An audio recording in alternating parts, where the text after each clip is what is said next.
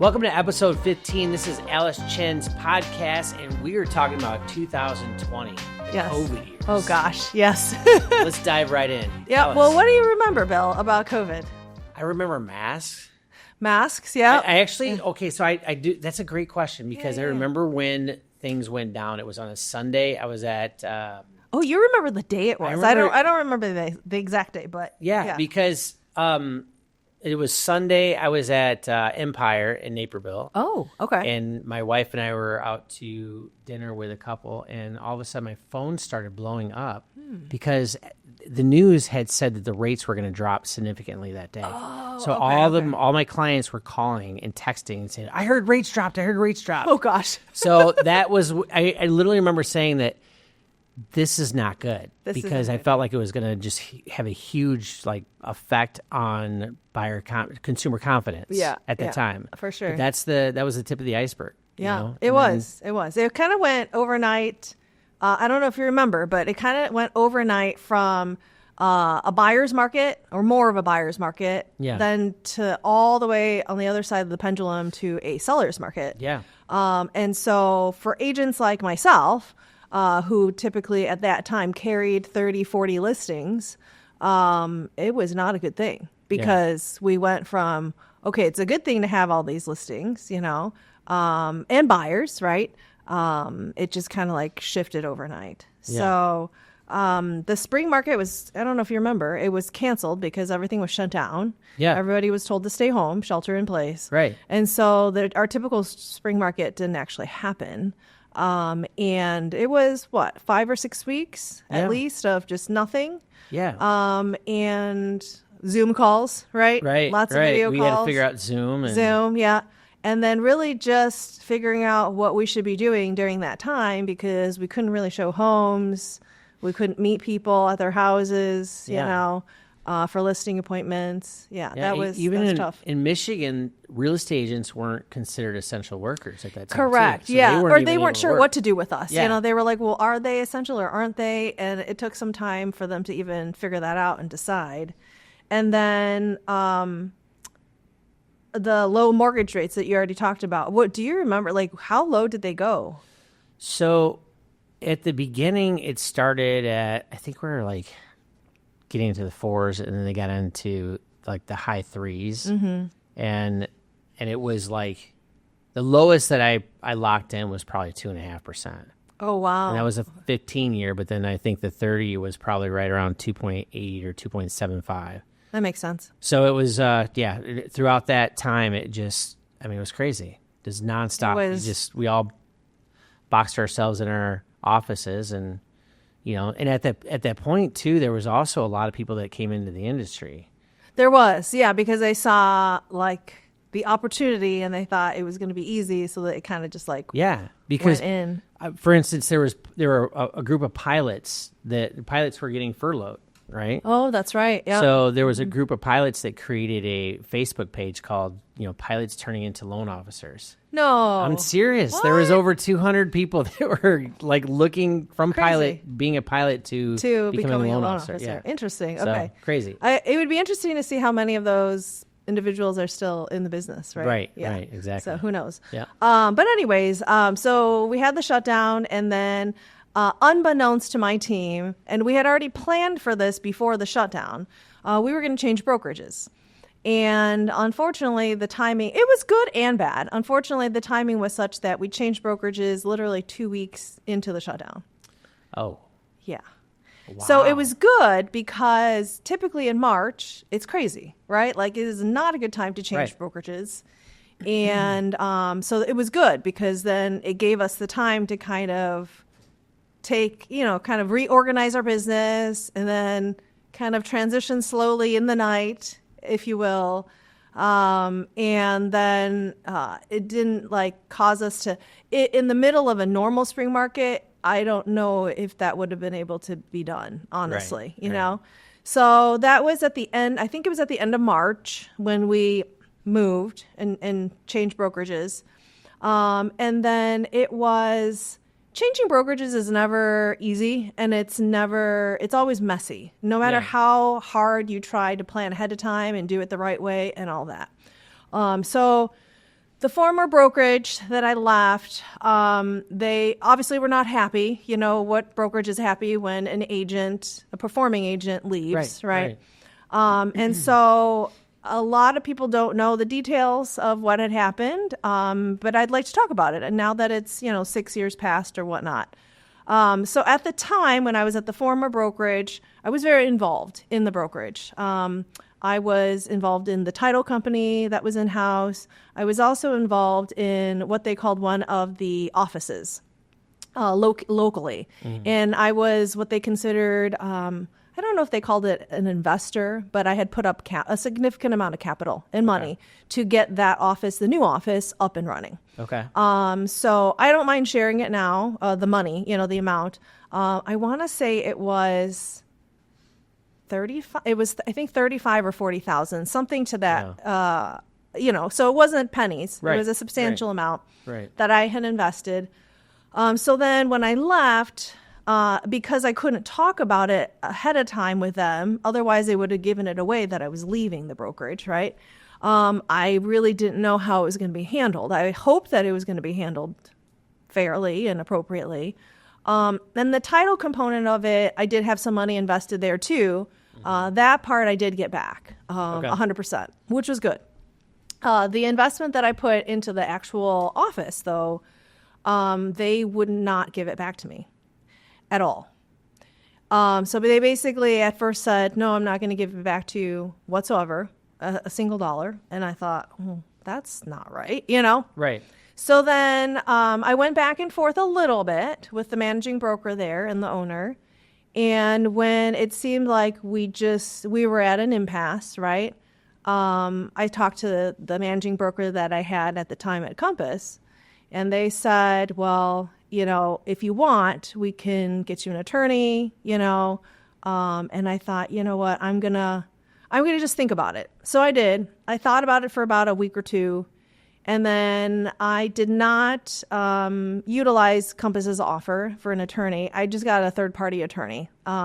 It was through a referral from a friend of mine who had been through a similar situation, I don't think with the same brokerage, but a different one. And she had highly recommended this attorney. So it's basically a business attorney. Yeah. So he represented me through that situation. And I was still unable to get all of it back. So at the end of the day, after a lot of attorney's fees and time and battling back and forth, I think I only got about 65% of it back. Oh, wow. Not even 70%, yeah. Is that after paying the attorney as well, or is that? That was before paying the attorneys. Okay. So, and then the best part, or not the best part, the cruddiest part about it all is they negotiated the payment program. So when I paid into the office, invested into it, it was a lump sum. It was a lump sum. So you would expect that it would be back as a lump sum, right? No. So they basically said they would only pay that amount if it was drawn out over 5 years in monthly payments. Yeah, I'm not even kidding you. Oh, wow. Mm-hmm. So you just got the full amount paid last year. Mm-hmm. Yeah, the last payment. So my team member. Why was that? Did they give you a reason, or was it just they didn't have the money? Or I think the reason that they couldn't give me all the money back, at least with the reason that was told to me, was that it was a new office. They were just getting their feet wet. They're kind of just getting up and running, and especially with COVID and everything being so uncertain that they just didn't have the money. And I thought, well, that's odd. I just gave you the money. It's not like I gave it to you a year or two ago, you know? Right. And it's what did you do with the money? What did they do? And the best part about it actually was during the legal, I guess, battle or negotiation, my attorney, he was a very good attorney, he basically reviewed all the documentation that I had signed, right? And it basically said that because my money was still there, even though I wasn't at that brokerage anymore, per the documents I had signed, I was still actually an owner. So because of that, I had the right to all the internal documents. Oh. Their financials, until we resolve this. Yeah. Yeah. So then we, not subpoenaed because it's not in a court of law, but we asked, we demanded for the documents, the internal documents and the financial documents, which I received. And it's interesting because I have a finance background. I don't know Sure. if you knew that. Yeah. I remember that. Yeah. So I looked at the documents, and let's just say there were some things on the financial documents, Bill, that were very suspicious. Yes, very Okay. suspicious. So like money that was taken out, money that came from questionable places. So again, like it just shows to me like a person's true colors, after you part ways. I think that's true with any breakup, honestly. Yeah. You know, Yeah, sure. whether it's personal or business or I just think that a person's true colors come out, and it was unfortunate. It was very unfortunate. And sometimes it's years later that you find out too. Yes. Yes. I dealt with that with my last company as well. I mean, even like our company now is very, very good about staying in the black. We talked about that in previous episodes. Correct. And when you look at the dysfunction of another entity, and where like it's almost like you're in a toxic relationship, you just don't know what you don't know. You don't. Right? No, you don't. And so then I was very glad. I mean, it just reaffirmed my decision, actually, and I was really glad that I was no longer there. And then I did have to sign an NDA. And I don't know if I signed a non-compete, but regardless, it was for, I want to say it was at least 2 years, maybe 3 years. Yeah. So I really, people had asked me, because they knew I had left, so then they always wanted to know why. Right. And you couldn't say anything. No, for that period of time, I just said, I really can't say, which is kind of a red flag if you think about it, like, well, why can't you say, Right. Yeah. Yeah. Unless it's something that is negative. Yeah. Right? Yeah. Yeah. And that's hard for the people that want to know, because they probably are looked up to you. Yeah. They genuinely are curious. And I mean, my experience could be a one-off, I'm not sure, but all I can say is that was my true experience, and, it's like I said, it's been 6 years now, so I'm not really like super charged up about it, as you can see. Yeah, and it's just like nonchalant. It's just, something that happened now. Yeah, something that happened now. And then, go ahead. Oh, no, I was going to say, I think that the one thing that people that aren't in our industry, they wouldn't understand is that when you say leave in the night, it's literally leave in the night. You leave the same day that you resign. It's not like 2 weeks. You get a 2 weeks notice. You get no. I mean, you can't. I mean, for the safety. I mean, because you have to protect your business. You have to protect your clients. And then there's a very strategic way, because you can't be looked at as like you tried to steal the business, because technically what most people don't understand either, who are not in the industry, the listings don't belong to you as the agent. They don't. Oh, okay. The listing agreements are between the brokerage and the seller. Okay. So you can't, like, if you decide, hey, I'm going to leave for XYZ Realty tomorrow, right? You cannot go to all your sellers today and say, hey, I'm leaving. Do you want to come with me? That is a violation. I mean, you just can't. Right. So you have to kind of like dance around it and then like plan all that you can, but you cannot approach the clients and say, hey, I'm leaving, come with me. You'll get in really deep trouble for that. Yeah. And the other thing too is that you are already leaving money on the table at some point. Oh, you are. Absolutely. Right? So because there are some. $35,000 was probably, if you had handful of listings. It was like kind of to add insult to injury, because there were probably, I mean, I've only left 2 brokerages, okay? And with each transition and with each departure, I definitely left money on the table, because there's always, in the 40 listings, there was probably 3 at least that didn't want to come with. Yeah. And you can't force them. And that's fine, And then it's a loss. Like you just, and then there were several because of COVID that said, hey, I'm going to take it off the market. So then there's more attrition, right? Right. So then that was the end of March into like April. And then in May, as if that wasn't enough, in May I got hit with an ethics complaint. From A past client. Past client. Okay. Yeah. Well, I should say it was an ex-client because they didn't actually close. Okay. So I don't know if you remember me talking about in a previous episode because I would have been working with them. Worked with them the year prior, actually, the fall, like November prior. Do you remember, Bill, when I was talking about a situation in which my new team just had formed and then like I took on this listing and then like the earnest money was never delivered. Do you remember this? Mm-hmm. And then the buyer ended up saying, well, I can only buy this house. I'm waiting on Facebook to buy my business or something ridiculous. Do you remember this? Okay. Yeah. So this is now 6 months later. So in the world of ethics, you have, not us, the client has up to 6 months, 180 days to file a complaint. Okay. So these folks waited until, guess when? 6 months. Right at 6 Basically months. right at 6 months, yeah, Jeez. and filed it, yeah. And so I received the notification. It was still during COVID. So I received the notification in the mail, as you do, okay, written. And then it allegedly said I violated articles, I don't even remember, 1, 2, and 12 or something like that. Like 3 different articles of the Code of Ethics, that's a massive charge, okay? Yeah. There's only like 13 or 14 articles. Is that like, there's like, Not too many. Yeah, not that many, yeah, in the grand scheme of things. So, so I literally, when I received it in the mail, when you receive something like that, you're just like, your heart starts pounding and you're like, start sweating and you're like, you go into like a fight or flight, like panic mode. That's what happened. Yeah. My brother had that happen a couple of times with the IRS just because, or buybacks from loans. Oh, no. Yeah, that's so terrible. Back in 2008, that happened a lot. I bet. Yeah, I bet. So, and then the ethics hearing was set.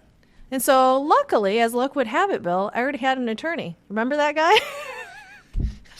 Ring, so I had to call him again. I know. And he was like, oh boy, like he didn't. He was joking around, but he was just like, what have you done now? And I was like, nothing, I need your help. Yeah. So the problem in this challenge was that since the incident happened, the alleged situation happened while I was at the prior brokerage. Do you see what I'm saying?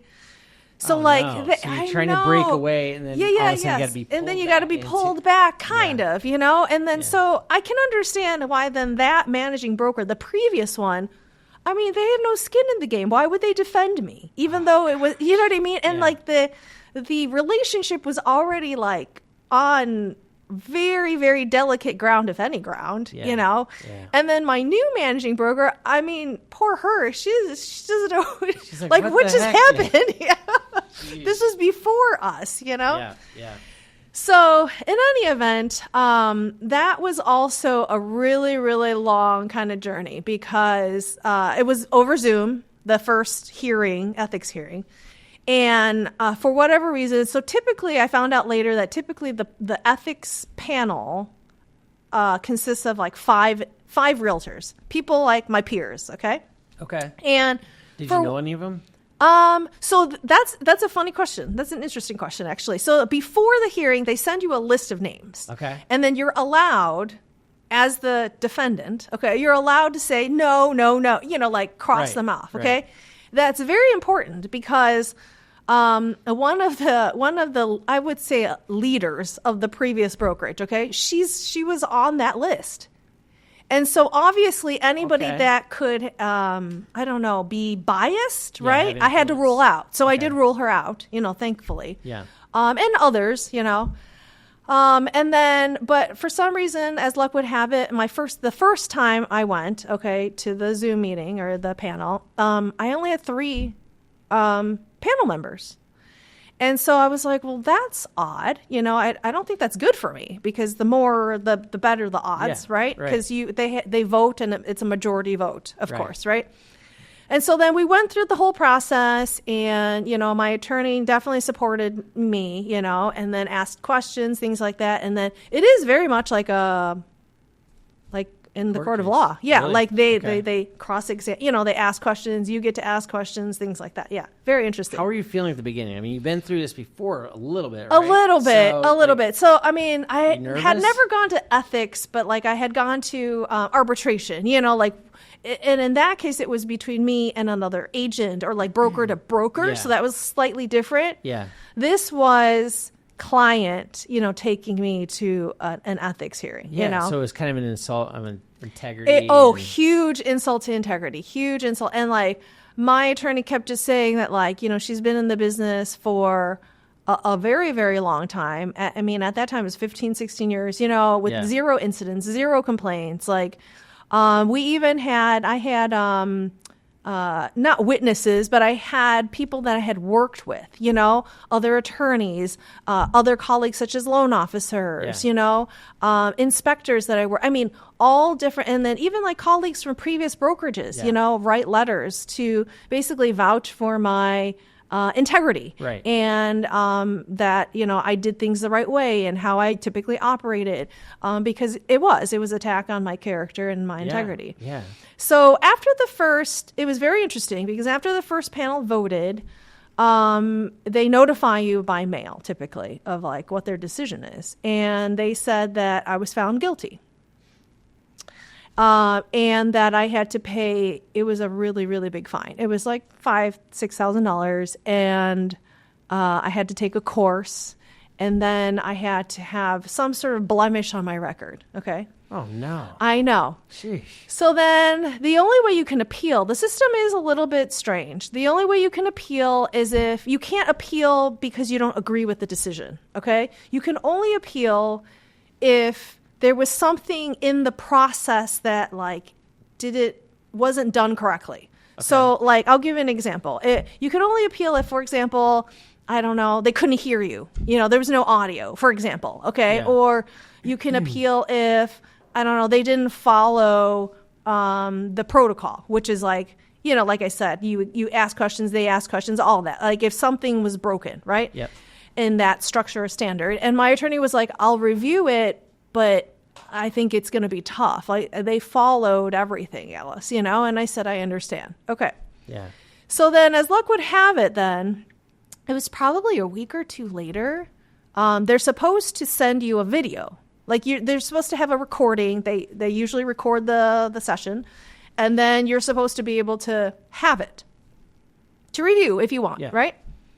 I was notified 2 weeks later that they lost it, or something malfunctioned and they had no recording. Oh my gosh! Wow. So then my attorney was like, "This is our chance." Because that's a part of their exactly. This is a part of their system, and like.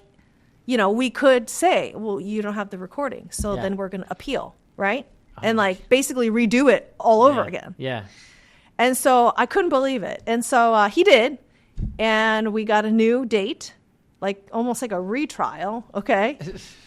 And I was like, oh no, how's this going to go? And it was a new panel, it was new everything, okay? And the new panel was 5 people, which was good. Yeah. Okay, I thought that was good. And then I was more prepared because it was a retrial, so I was even more prepared, right, than the first time, which was also good. Yeah. And then, I spent a lot of time preparing with my attorney. I spent a lot of time reviewing the facts, and I didn't deny. I mean, there were mistakes that I made for sure, but I kind of focused on the fact that I'm human. My team is human. It's not an excuse, but like. It was right after I had hired a bunch of new people. Sure. And so it wasn't the best situation, honestly. So at the end of that, after the second hearing, they still said that I was negligent, okay? But instead of finding me guilty on 3 counts of violation of the Code of Ethics, it was just 1. And it was a very small fine. It was like $500 or a few $100s. And then I just had to take an ethics course. And there would be nothing on my record. Wow. Talk about So I call that a win. Yeah, so I call that a win. And I took it as a very, very hard learning lesson as to how we should communicate with clients.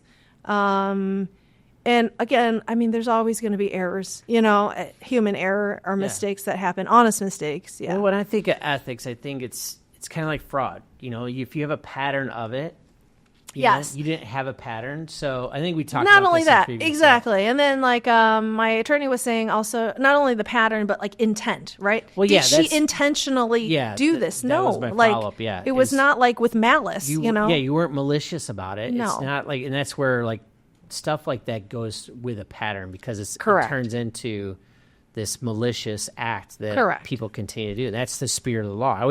Whenever we're talking about law or anything like that, I always go, what's the spirit of it? What is it? Yeah, exactly. And that's the whole purpose. It's not like if it's a mistake, it's a mistake. There should be a little bit of a grace there, I agree. The one thing that surprised me about this whole thing too was the reaction from the panel members, I think both actually.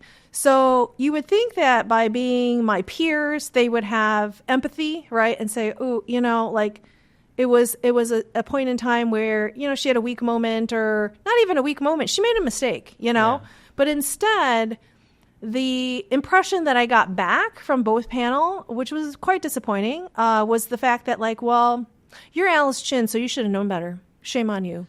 I was just going to say, and it was like, what? You have a little bit of a target on your back when you're going there. So you're against. It was almost worse that I had experience and that I was a, fairly known agent. If I was just like a newbie or whatever, I feel like they would have just given me a pass. I mean, that's not great, So how is it when do you run across those people that were on the panel in the industry? Not as common as you would think. Not as often as you would think, which is good. Yeah, it's very good. Because otherwise you're going to have some type of, in the back of your mind thought of, okay, I don't want to work with this person. No, exactly. Yeah, it's just weird.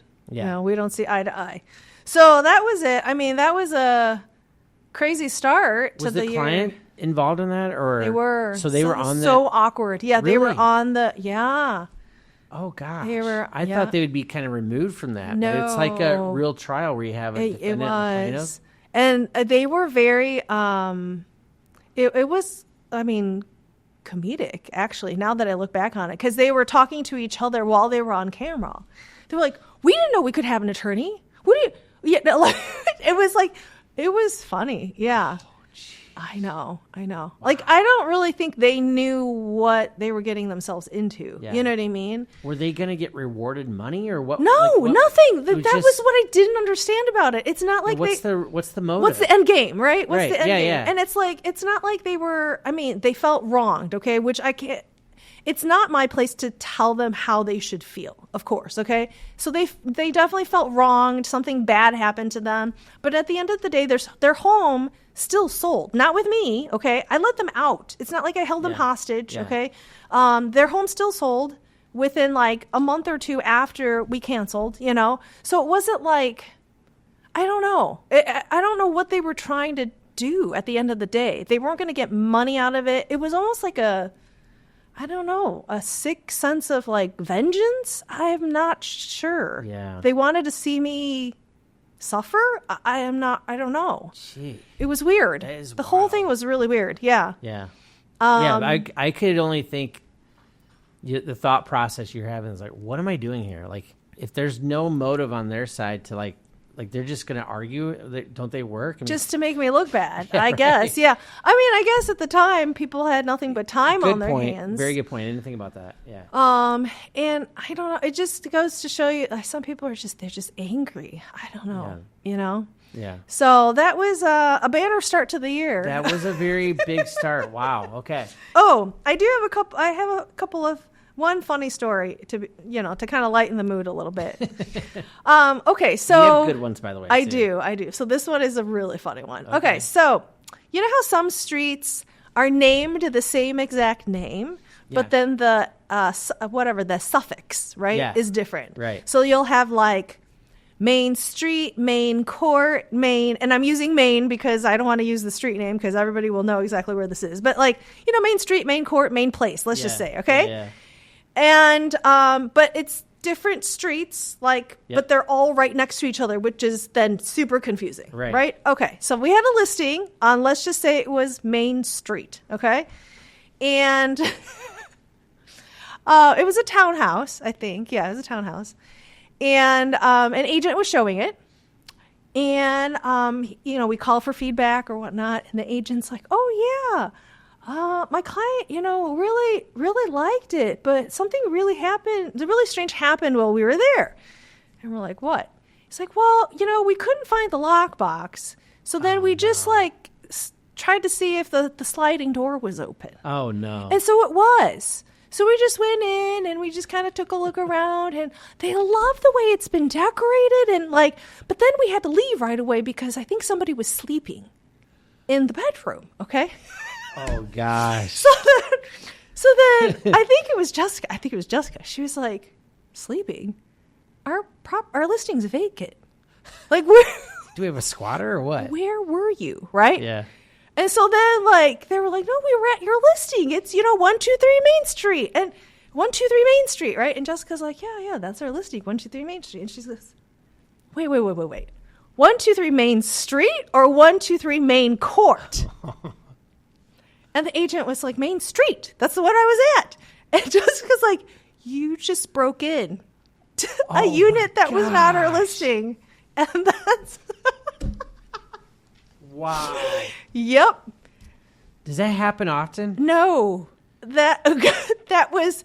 we didn't know what to do because it had already happened. So, we didn't know what to do. What do we go to the wrong place and say, hey, sorry? Yeah. How do you go back and, correct that? Well, so... last time we had an episode, Jeff Stainer was on that. Oh, yeah, he had the similar situation happen. He did? But somebody had a gun drawn on him. Yeah. Oh, no. And that's where, that's why I asked the question, does that happen? He was showing, right? Okay. No, he was the listing, but the agent brought their client earlier than what they should have been. Okay. And the guy, he had an arsenal. And so he woke up. The seller, he's sleeping, woke up with a gun right in the agent's face. Because it wasn't the time. It wasn't. It was 2 hours earlier. Oh my gosh. So that's pretty spooky. You got to be careful. You have to know where you're at, right? You do. So there's no lockbox. Don't move another. No. Why would you do that? I think I'm just going to try the patio door. No. Oh, gosh. Did they buy the house or no? Are they townhouse? I don't think so. I don't know. Oh, gosh. That would have been hilarious. My memory is kind of a blur. I don't remember this. I don't remember that. Well, the dead giveaway was when it was like, they love the decorating. And Jessica's like, what decorating? There's nothing in there. Oh, my gosh. Wow. Yep. So how was it for an agent during COVID? What things did you have to do specifically that would also differentiate yourself, but also stay compliant? Yeah. So I think that was one of the reasons why I'm glad we switched brokerages, because Compass at the time was reinventing itself quite rapidly. So a lot of things were completely virtual, that we were able to then give virtual tours. We were able to take videos. We were able to do really everything as far, as we could offline. Yeah. And then all of the training was virtual. Pretty much they did everything off, not in person. They made it so that we could do as much as we could. Yeah. Mm-hmm. Well, I remember, so that was it. I was still doing drone work at that time. Mm-hmm. And I remember agents calling me saying, hey, do you have can your drone fly through the house? I go, no. This is a big drone. You can't do, and this is when some of the realtors got into what they called FPV, which was for first person view. So you had these guys with goggles on that would take a drone through the whole house, which was pretty sweet. That is pretty nice. It's very hard. It is, yeah. But that was something. I even looked at little miniature drones that you could buy. But nothing, right? Yeah. Nothing that worked. Yeah. So, I was glad that the 6 weeks was just the 6 weeks, because I don't know what we would have done if it lasted longer. Yeah. And then that was during the time, if you remember, I'm sure you remember, all the small businesses we applied for.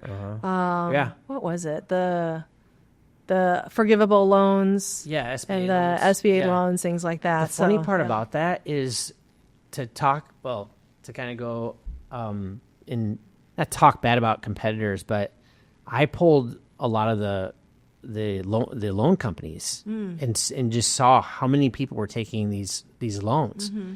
We were making hand over fist of money just because the rate's dropping. Yeah. So like, I'm looking at these companies that claim to be pretty solid, reputable companies taking money at that time. And I'm like, I had a whole list. I'm like, I cannot believe this. These guys are supposed to like be claiming to be really big on their salary and taking money when they don't really. Yeah. It was the weirdest thing, but I just couldn't believe it.